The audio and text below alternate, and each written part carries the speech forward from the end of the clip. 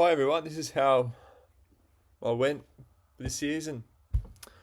So yeah, went up the ranks and did finish in the top 5,000, and it's my best ever overall ranking. So I'm happy with that, despite all the injuries and all the carnage. I've managed to do it, which is a bit of a surprise. I guess because a lot of the injuries a lot of other people had as well. But even then, I thought, you know, it should balance. And I'm guessing a lot of people had donuts in the end, while I didn't.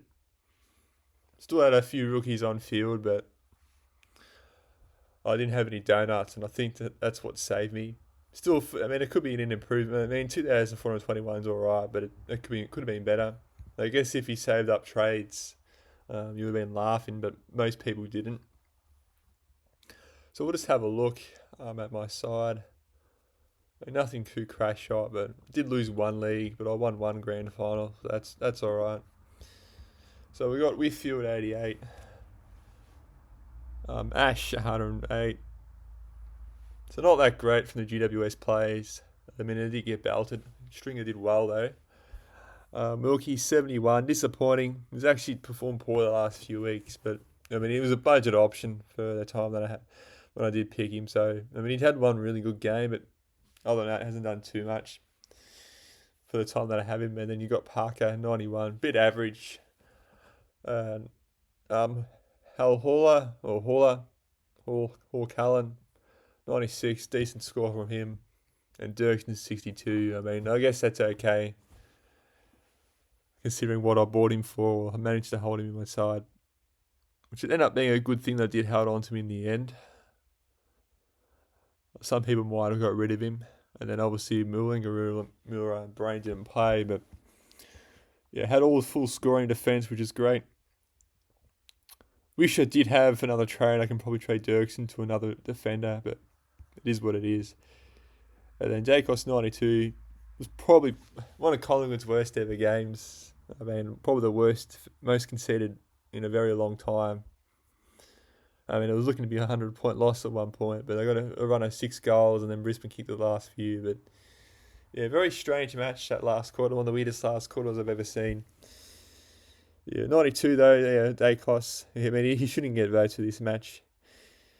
Bailey Smith 171. I mean, they played Richmond, so I decided to put the captain on him, and that worked well. Wrong 84, a little disappointing, and this is probably one of my failed selections. I got baited into him, and I think that's my biggest problem. I got baited in picks with Houston and Sarong, particularly Houston. This hasn't worked out, and if I had that extra trade, I could have used that to buy another player or another, top-up rookie, the cash generation rookie. Who knows? I mean, at the end of the day, you make mistakes, but I guess falling for, the crowd can be a bad thing. Sometimes if you go to a trap or a player that maybe perform well one week that everyone goes for, but then doesn't perform well the next month or so, it can cause a problem. So I think in future, if you're unsure or you're confident that it's just a one-off good score, I'd probably hold off. It's a bit hard at the start of the season though. You don't have much sample size, only based on prior history. And Dawson 111, that's an okay score. I was hoping for a bit more, but it is what it is. And then Montepello 124. They got the win, Bulldogs. So I mean, I guess Richards has actually done alright last month or so, I'd say. He's been sharing a load with him, but with Bont. So yeah, I mean, he's dropped off a bit this year. Bont used to be one of the highest scoring players, so might have passed his peak now, Bont. But who knows? He might show up in finals and he could drag Bulldogs to a prelim. Who knows? It's Bont. So an 82 from LDU. He's been poor the last few weeks. It was good for one of the weeks. He got 150 points, but been a bit frustrating the last couple of weeks. And 62 from Fitzgerald's, I guess, okay. For a young player. And 59, Bamvert. Got one goal, but didn't do too much else. And yeah, having 3 top liners in the midfield's not the greatest. And I'm having 2 rookies on field, but at least there was no donuts there either. I guess that's the main thing.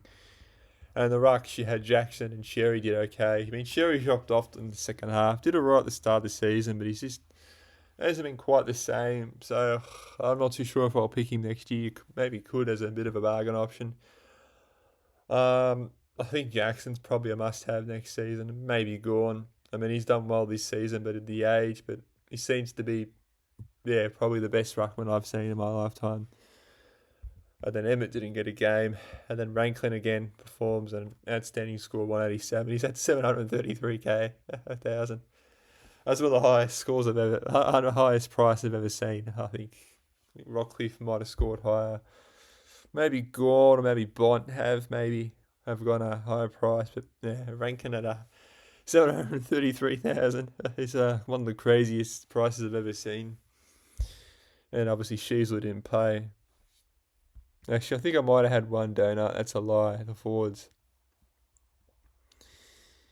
because unfortunately Petrarca was a bit of a surprise out. Sheasley was another out. Pickett 96, and then Bolton 94 did okay, and then Gorn 171.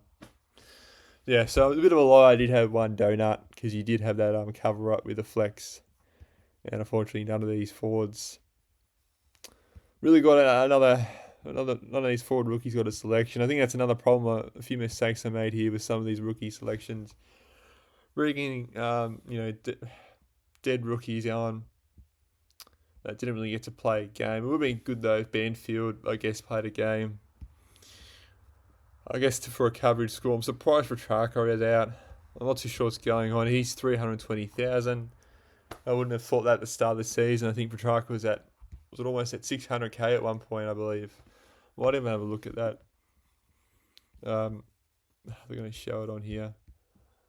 Price. Yeah, see, he's at 570 at one point.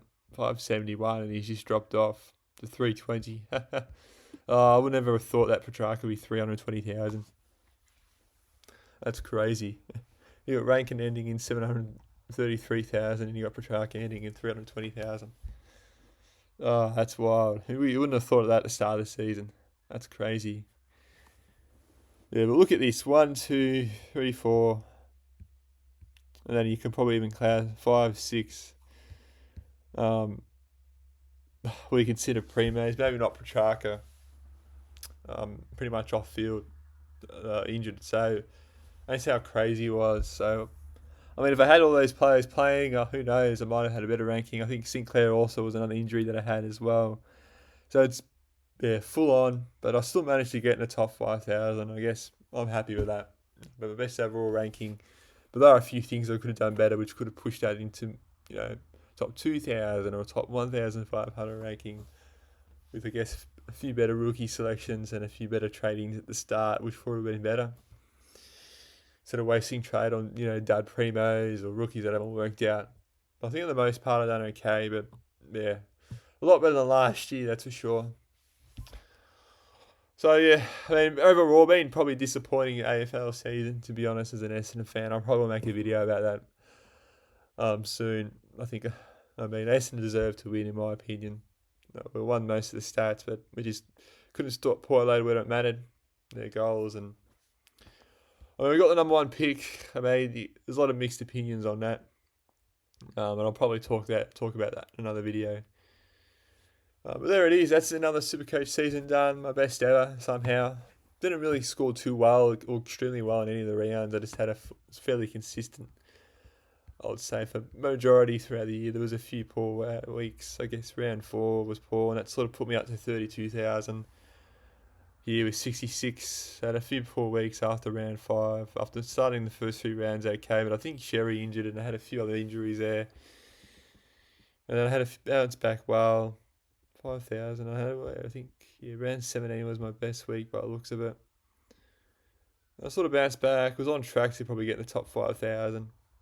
I had a few poor weeks with injuries, but used up some trades, and it seems like it worked out in the end somehow to get in the top 5,000. So look, happy with it, but I'm hoping to get aiming to the top 2,000 next year, but who knows.